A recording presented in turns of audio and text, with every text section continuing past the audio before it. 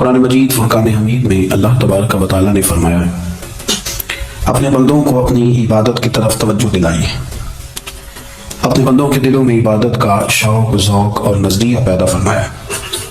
فرمایا یا ایھا الناس اعبدوا ربکم الذی خلقکم، اے ایمان والو، اے لوگو، اپنے اس رب کی عبادت کرو جس نے تمہیں پیدا کیا ہے، والذین من قبلکم، اور ان لوگوں کو بھی پیدا کیا ہے جو تم سے پہلے تھے۔ تمہیں عبادت کا نفع یہ ملے گا لعلکم تتقون، کہ تم پرہیزگار ہو جاؤ گے۔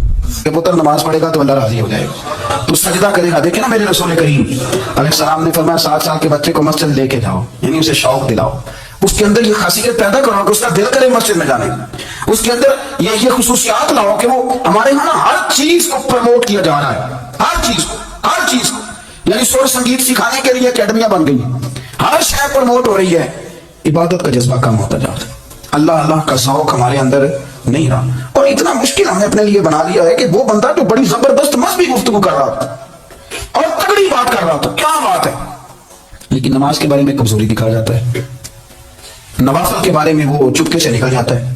امام احمد بن حنبل رحمۃ اللہ تعالی علیہ، مسند امام احمد بن حنبل 14 جلدوں میں ہے مارکیٹ میں، اور مجھے تو خیر پسند ہی پڑی ہے، میں نے کئی دفعہ پڑھی ہے۔ اور کیا بات ہے امام احمد بن حنبل کی، کیسے تگڑے قسم کے محدث تھے، اور اللہ نے کتنا انہیں اعزاز عطا فرمایا ہوا تھا۔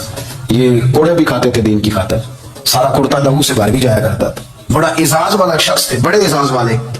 حدیثیں جمع کرنا، حدیثیں لکھنا، حدیث پڑھانا، سارا دن رہتے تھے۔ کہہ سکتے تھے کہ میں کر تو رہا ہوں کام، اور حدیث بھی موجود ہے کہ عالم عابد سے افضل ہوتا ہے، پر اس کے باوجود امام احمد بن حنبل رحمۃ اللہ علیہ 300 نفل فرض نمازوں کے علاوہ پڑھا کرتے تھے، 300 نوافل روز پڑھا کرتے تھے۔ ان کے بیٹے نے کہا کہ مکان خریدنا ہے تو جگہ کہاں کر کے لوں، بہت ساری آبادیاں، تو فرمایا پتر وہاں لینا جہاں مسجد قریب ہو۔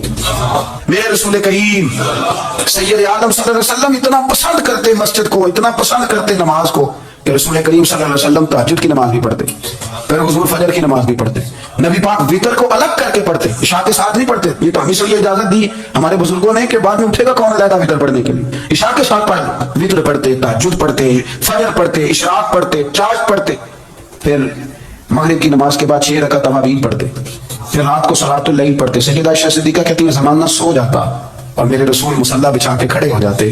او یار، کھیتی باڑی کر کے نہیں، محنت مزدوری کر کے نہیں۔ جناب عائشہ کہتی ہیں میں یہ بھی دیکھتی کہ حضور ایک آیت شروع کرتے تو ساری رات اسی کو پڑھتے، اور میری نظر جاتی تو قدم مبارک پہ ورم آ جاتا۔ یار نماز پڑھ کے اتنی مشقت کر کے، اتنی جد و جہد کر کے ورم آ گیا، یا رسول اللہ اتنی محنت کیوں کرتے ہو؟ فرمایا فلا اکون عبدا شکورا، کیا میں اپنے رب کا شکر گزار بندہ نہ بنوں؟ صحابہ کا ذوق عبادتوں کا، ریاضتوں کا، تلاوتوں کا، طبیعت ہے ان کی، وہ ایک دوسرے کو، حضرت مولا علی شیر خدا کرم اللہ تعالیٰ وجہ الکریم کے زمانے میں روم کے بادشاہ نے کہا یا یہ مسلمانوں کا پتہ تو کرو، یہ آخر کیوں اتنے زیادہ مجاہد ہیں؟ اس زمانے میں جاسوس بھیجنے کا مزاج تھا، اب تو جاسوس پکڑا جاتا ہے، اب تو جاسوس، اور جاسوسی کا شوق ویسے آج بھی ہے۔ تھوڑی سی بات ہی سنوان جی، پتہ کیا ہمارا مسئلہ ہے، ہم جہاں جاتے ہیں نا وہاں تھوڑی خوشبو سننے کی کوشش کرتے ہیں، وہ کیا ہے تو یہ کیا ہے تو ادھر کیا ہے تو تھوڑا سا ادھر کیا ہے۔ میرے رسول پاک پڑھیے درود شریف، سارے پڑھیے ذرا زور سے، صلی اللہ تعالی۔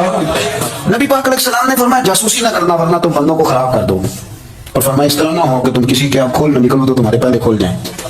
یہ جو ذوق ہے نا یہ ختم کریں، چھوڑیں، مطلب آپ کس چکر میں پڑے ہوئے ہیں، اتنی زیادہ توجہ کرنے کی کیا ضرورت ہے، انہیں کام سے کام رکھیں، اس میں بندہ تھوڑا سا نا آسان رہتا ہے۔ یہ جو بہت زیادہ ٹٹولنے والے لوگ ہوتے ہیں نا وہ بیچارے کی عمر ٹٹولتے گزار دیتے ہیں، اس لیے کہ مزاج ہی بہت پکا ہے، گوری کا منہ کھول کے اندر تک ہاتھ ڈالنا، تو پھر کئی دفعہ سامنے سے پچھو بھی لڑ جاتا ہے، خرابی ہوتی ہے۔ تو جاسوسی کی جاتی ہے، اس نے بھی جاسوس بھیجے، کیونکہ قبیلوں کے لوگ تھے، کچھ مسلم کچھ کافر، پہچانے نہیں جاتے تھے لوگ، تو کچھ لوگ اس نے بھیجے، انہوں نے آ کے نا تحقیق کی، ریسرچ کری کہ آخر ماجرا کیا ہے، تو واپس جا کے انہوں نے رپورٹ دی نا روم کے بادشاہ کو۔ اس رپورٹ کا ایک جملہ بڑا شاندار ہے، وہ کہنے لگا بادشاہ ہمیں مسلمانوں کی کوئی سمجھ نہیں آئی، ہمیں کوئی سمجھ نہیں آئی۔ انہوں نے کبھی کیوں نہیں سمجھ آئی؟ کہنے لگے یار عجیب بندے ہیں، جب رات مسلح پہ بیٹھتے ہیں تو یوں لگتا ہے ان کا دنیا سے رشتہ ہی کوئی نہیں، کوئی کسی کو نہیں جانتا، کوئی اپنے دکھ سنا کے رو رہا ہے، کوئی اپنی بات کر کے رو رہا ہے، لگتا ہے کہ ان کا کوئی رشتہ ہے ہی نہیں جب مسلح پہ بیٹھتے ہیں۔ اور فرمایا جب سویرے یہ جہاد کرنے نکلتے ہیں تو لگتا ہے ان سے زیادہ دلیر ہی کوئی نہیں، حالانکہ جو مسلحوں پہ رونے دھونے کے لوگ ہوتے ہیں وہ کئی دفعہ جہاد میں کام نہیں کرتے، لیکن عجیب لوگ ہیں کہ رات کے راہب ہیں، دن کے مجاہد ہیں، کوئی سمجھ نہیں آتا۔ میرے عزیز، ان لوگوں نے مسلح آباد کر کے رکھا، تلاوتیں ان کا ذوق رہی، منزل روز پڑھنا، اسواق پڑھنا، وظائف پڑھنا، یہ ان کا ذوق رہا. اعلیٰ حضرت بریلوی رحمت اللہ نے ایک ہزار کتاب لکھی ہے، لیکن الوظیفۃ الکریمہ کے نام سے جو وہ صبح و شام وظائف پڑھتے تھے وہ الگ انہوں نے ان کو بیان کیا، پابندی کے ساتھ اپنی اللہ اللہ کرتے. شیخ شہاب الدین سہروردی رحمت اللہ علیہ اس پر ایک بندے نے اعتراض کیا، اس نے کہا یہ آپ کس قسم کے صوفی ہیں، مرید بیٹھے ہیں اور آپ نفل پڑھ رہے ہیں. کوئی بڑا مسئلہ ہوتا ہے نا، جو بندہ ملنے آتا ہے وہ اپنے ٹائم کے حساب سے آتا ہے، اور اس کا یہ بھی خیال ہوتا ہے کہ پیر صاحب جو ہیں وہ چونکہ درویش ہیں تو نہ انہیں روٹی کھانی چاہیے نہ سونا چاہیے، چونکہ وہ درویش ہیں، اور ہم چونکہ درویشوں کے ماننے والے ہیں لہذا ہمارا یہ طریقہ ہونا چاہیے کہ جیسے ہم کہیں درویش ویسے ہی کر جائے. حالانکہ جس کو آپ درویش کہیں گے آپ اس کی مانیں گے، آپ منوائیں گے نہیں، تمہارا مزاج ہوتا ہے. شیخ شہاب الدین پر لوگوں نے اعتراض کی، حضور لوگ ملنے آئے ہیں، زیارت کرنے آئے ہیں، یہ بندے دعا کرانے آئے ہیں، اللہ اللہ کرانے آئے ہیں، اور ہم نفل پڑھ رہے ہیں، کیا جملہ ہے، کیا حسن ہے، کیا خوبصورتی ہے. فرمانے لگے رب رسول سے مانگنے کے لیے مصلی بچھایا ہے، اگر وہاں سے مانگوں گا نہیں تو تمہیں دوں گا کیا، پہلے مجھے کچھ لے تو لینے دو، اگر میرے پلے کو شاید ہوگی تو آگے دوں گا نا. تو میں مانگنے گیا تھا کہ یا اللہ دے تیرے بندے لینے آئے ہیں، دے تمہیں کچھ لوں گا تو آگے دوں گا نا. لیکن ہمارا یہ سٹیٹس، یہ مزاج، یہ شعور نہیں ہے.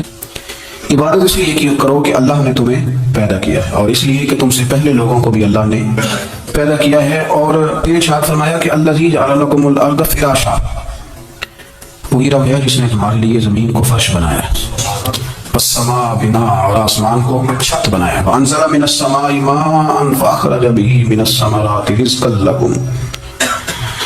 زمین کو فرش بنایا، آسمان کو چھت بنایا، پھر آسمان سے پانی برسایا جس کے ذریعے پھل نکالے، اور وہ بھی کسی اور کے لیے نہیں، رزق لکم، تمہارے رزق کے لیے، وہ بھی تمہارے رزق کے لیے. یہ ساری نعمتیں تمہیں دی ہیں. اب فلا تجعلوا للہ اندادا، اب تم اللہ کے ساتھ کسی کو شریک نہ بناؤ، وانتم تعلمون، اور تم جانتے بھی ہو، تمہیں خبر بھی، تمہیں پتہ ہے کہ عبادت اللہ کی کرنی چاہیے، تمہیں پتہ ہے کہ نماز پڑھنا چاہیے، تم جانتے ہو کہ نوافل ادا کرنے چاہیے، تمہیں پتہ ہے کہ سجدے، آنکھیں بند کر کے جھوٹ کی زندگی جی کے، اپنے ساتھ بددیانتی کر کے، دھوکہ دے کے اپنے آپ کو دائیں بائیں اپنے آپ کو کہیں مصروف رکھ کے کچھ وقت ضائع تو کر لیتے ہو، پر تمہیں پتہ تو ہے نا کہ عبادت اللہ کی کرنی، تمہیں اس کی خبر ہے.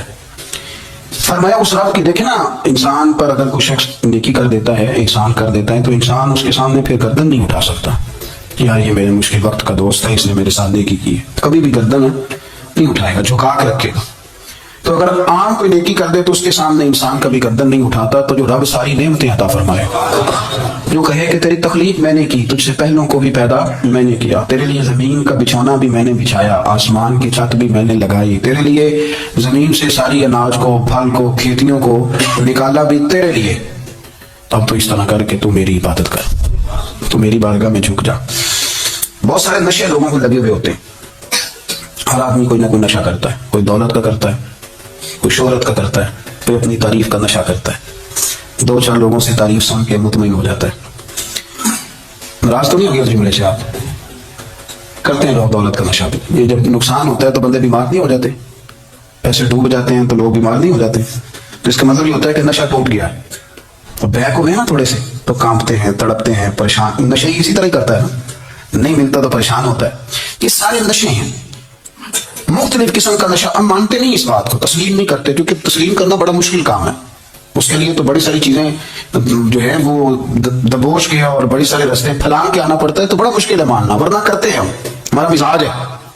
یہ گھومنے پھرنے کا، دنیا دیکھنے کا بھی ایک نشہ ہے، یہ بہت ساری باتیں کرنے کا بھی ایک نشہ ہے، گپ شپ کا بھی ایک نشہ ہے. دو چار لوگوں کی جب تک پگڑیاں نہ کھول لیں، بعض لوگوں کو نیند نہیں آتی. یہ غیبت کا، چغلی کا، بددیانتی کا، یہ بھی ایک نشہ ہے. اس پر ملا رومی رحمۃ اللہ نے بڑا کلام لکھا ہے. وہ کہتے ہیں مانگ کے کھانے کا بھی نشہ ہے،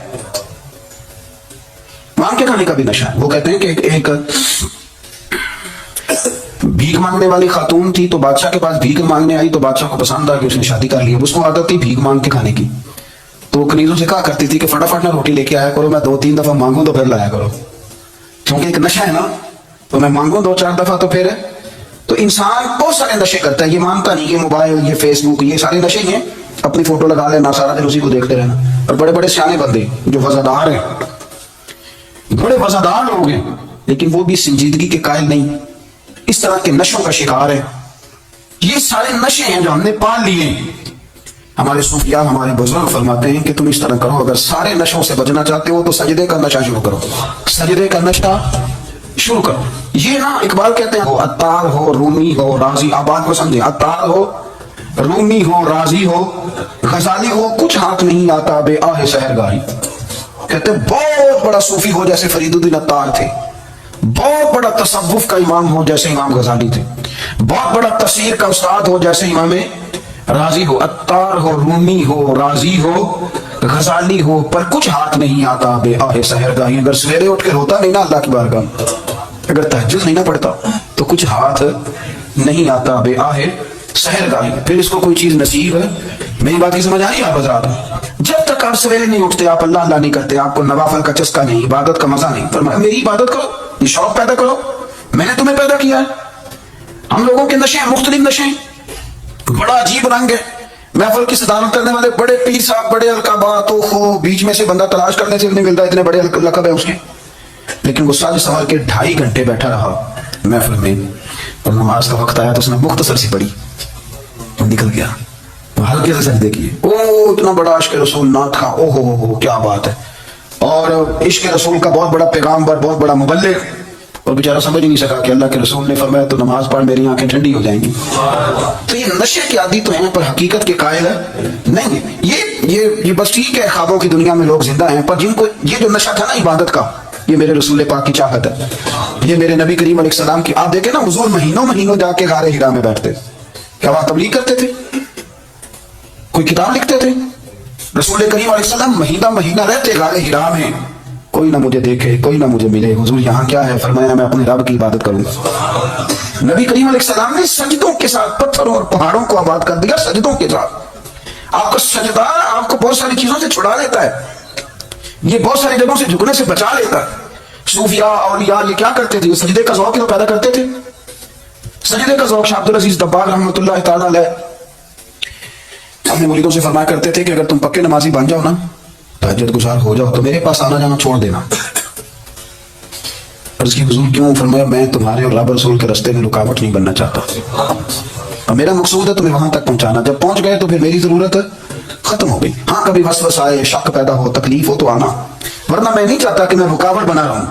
تم اللہ اللہ کرو, اس مالک کو راضی کرو. میرے رسول پاک علیہ وسلم نے فرمایا بندہ اللہ کے سب سے قریب اس وقت ہوتا ہے جب وہ سجدے کی حالت میں ہوتا ہے. کس کے قریب ہوتا ہے؟ اللہ کے سب سے قریب ہوتا ہے. وہ بڑا نیڑے ہے آپ کے, بڑا قریب ہے, اس لیے کہ وہ حالت ہے سجدہ میں. وہ جو سجدے کرتا ہے نا اس کی بارگاہ میں جب جھک جاتا ہے. آپ ذرا سجدے کی کیفیت دیکھیں نا, زبان بھی یہاں ہے, آنکھ بھی یہاں ہے, کان بھی, عقل بھی ساری, اس نے سارا کچھ رکھ دیا سجدے.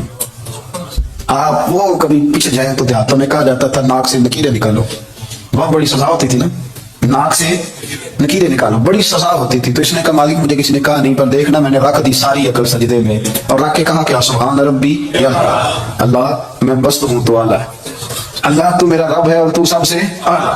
اتنا, اور فرمایا جب یہ اس کیفیت میں ہوتا ہے تو پھر یہ اپنے رب کے قریب ہوتا ہے. کثرت عبادت, نوافل. ہمارے ہاں عمرے کی قرآن اندازی محفلوں پہ ہونے لگ گئی ہے, حالانکہ حدیث سے ثابت نہیں. میں دوستوں سے کہتا ہوں جائز ہے, کرنی چاہیے. عمرے کی قرآن اندازی جائز ہے, پر کسی حدیث میں نہیں آئی کہ قرآن اندازی کرو عمرہ کرو. حدیث میں قرآن اندازی یہ آئی ہے کہ نبی پاک علیہ السلام نے فرمایا تمہیں پتہ چل جائے نا پہلی صف کا ثواب کتنا ہے, تم قرآن اندازی کرو. عمرے کی قرآن اندازی کا تو پوسٹر چھپتا ہے, تو یہ والی قرآن اندازی کب ہو رہی ہے؟ ہونی چاہیے کہ نہیں؟ حضور نے فرمایا تمہیں پتہ چلے کہ اس کا ثواب کتنا, تو تم قرآن اندازی کرو, تم قرآن ڈالو. جب آپ نماز پڑھ رہے ہوتے ہیں, جب آپ کا مصلی آباد ہوتا ہے, صلاح الدین ایوبی, ایک بزرگ سے ملاقات ہو گئی, بیت المقدس پر قبضہ تھا عیسائیوں کا. تو صلاح الدین بڑے پریشان تھے. بابا جی کہنے لگے پتر کیا ہوا؟ کہنے لگے حضور پتہ چلا ہے دشمن کے 2 بحری بیڑے اسلحہ لے کے آ رہے ہیں. مسلمان پہلے ہی کمزور ہیں, اور اب اگر 2 بحری بیڑے اور آ گئے تو حضور مسئلہ بن جائے گا. تو میں پریشان ہوں کہ کس طرح یہ کم مسئلے والی ہماری فوج ہے کیسے مقابلہ کرے گی. تو بابا جی کہنے لگے پتر اس طرح کرنا, آج رات تو بھی دعا کرنا اور میں بھی کروں گا, تو بھی دعا کرنا. آپ ناراض نہ ہونا, ہم تو پیروں والے, ہم تو پیروں کے نوکر غلام ہیں, ہمارا تو گزارا ہی نہیں, ہمیں تو ملتا ہے کچھ وہاں سے. پھر میرا سوال یہ ہے کہ تعویذ لینے جاتے ہو نفل کیوں نہیں پڑھتے, رات اللہ اللہ کیوں نہیں کہتے؟ یہ بھی تو ہمارے بزرگوں کا ہی طریقہ ہے, انہوں نے تو ہمیں سکھایا ہے. صلاح الدین ایوبی سے بزرگوں نے کہا کہ رات آ جائے اللہ اللہ کرنا, تو میں تیرے لیے دعا کروں گا, تو بھی دعا کرنا. تو بندہ جب دکھی ہوتا ہے تو سجدہ کرتا ہے تو پھر ہی تو مسلح بھیگ جاتا ہے, پھر ہی تو مزہ آتا ہے. سکھی بندہ تو کعبے جا کے ہی ہوتا ہے. دکھی تھے, تکلیف تھی, تو سر رکھا سجدے میں تو تڑپ گئے. اور وہ بابا جی کہتے ہیں میں مسجد آیا تو صلاح الدین چیخیں مار کے رو رہا تھا اور کہہ رہا تھا مالک میں کوئی اپنی شان کے لیے تو نہیں نہ لڑ رہا, اللہ کو میں کوئی قبضوں کے لیے تو نہیں لڑ رہا, مالک تیرے لیے لڑ رہا ہوں, مجھے بے آبرو نہ کرنا, میری مدد فرمانا. کہتے ہیں میں آیا تھا کہ مسجد میں دعا کروں گا, پر صلاح الدین ایوبی کو روتے دیکھا تو میں لوٹ گیا. تو سویرے صلاح الدین ملے تو بڑے خوش تھے. میں نے کہا پتر کیا ہوا؟ کہنے لگے حضور وہ بہری بیڑے دو آ رہے تھے نا اسلحہ لے کے, دونوں ڈوب گئے پانی میں ڈوب گئے. تو بابا جی کہنے لگے صلاح الدین وہ پانی میں نہیں ڈوبے, وہ تیرے آنسوؤں میں ڈوب گئے, وہ غرق ہو گئے. وہ جو تم نے مسلح بات کیا تو وہ تیرے آنسوؤں میں ڈوب گئے, وہ غرق ہو گئے. وہ تباہ اتنے قیمتی تھے تیرے آنسو کے بہا لے گئے دشمن کے بہری بیڑوں کو. میرے بھائی ٹھیک ہو گیا جی, میرے عزیز سمجھ لیں اس بات کو ہمیشہ کے لیے, اور اس پر غور کرنے اچھے طریقے سے کہ میرے رسول کریم سید عالم صلی اللہ علیہ وسلم نے نا ہماری توجہ دلائی, حضور نے ہمیں بتلایا, ہمارا ذوق بڑھایا عبادت کی طرف. ایک صحابی تھے حضرت ابو فاطمہ رضی اللہ تعالیٰ عنہ, یہ ترمذی شریف کی حدیث ہے. نبی پاک علیہ السلام نے فرمایا ابو فاطمہ قیامت کے دن مجھ سے جلدی ملنا چاہتے ہو کہ دیر کے ساتھ؟ تو کہنے لگے حضور کون ہوگا جو دیر سے ملنا چاہے گا, ہم نے تو جان دے دی وعدہ دیدار پر. اعلیٰ حضرت فرماتے ہیں جان دے دی وعدہ اور نقد اپنا دام ہو ہی جائے گا. مجھے لگتا ہے کہ یہ سودا نقد و نقد ہو جانا ہے, کیونکہ ہم نے جان دے دی وعدہ دیدار پر. آپ نے وعدہ کیا تھا کہ مریں گے تو پھر زیارت ہوگی, تو مر گئے ہم زیارت کی خاطر. جان دے دی وعدہ دیدار پر, تو نقد اپنا دام ہو ہی جائے گا. اے رضا ہر کام کا ایک وقت ہے, دل کو بھی آرام ہو ہی جائے گا. تو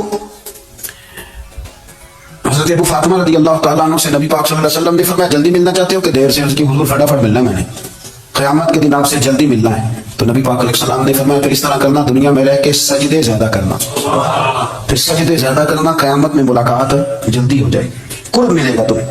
اپنے بچوں کے اندر دیکھیں نا, ہم شوق پیدا کرتے ہیں, ہمیں صحیح لفظ نہیں بولنے آتے پر ہم بچوں میں شوق پیدا کرتے ہیں کہ پتر ڈاکٹر بن جائے گا تو بڑا نفع کرے گا تو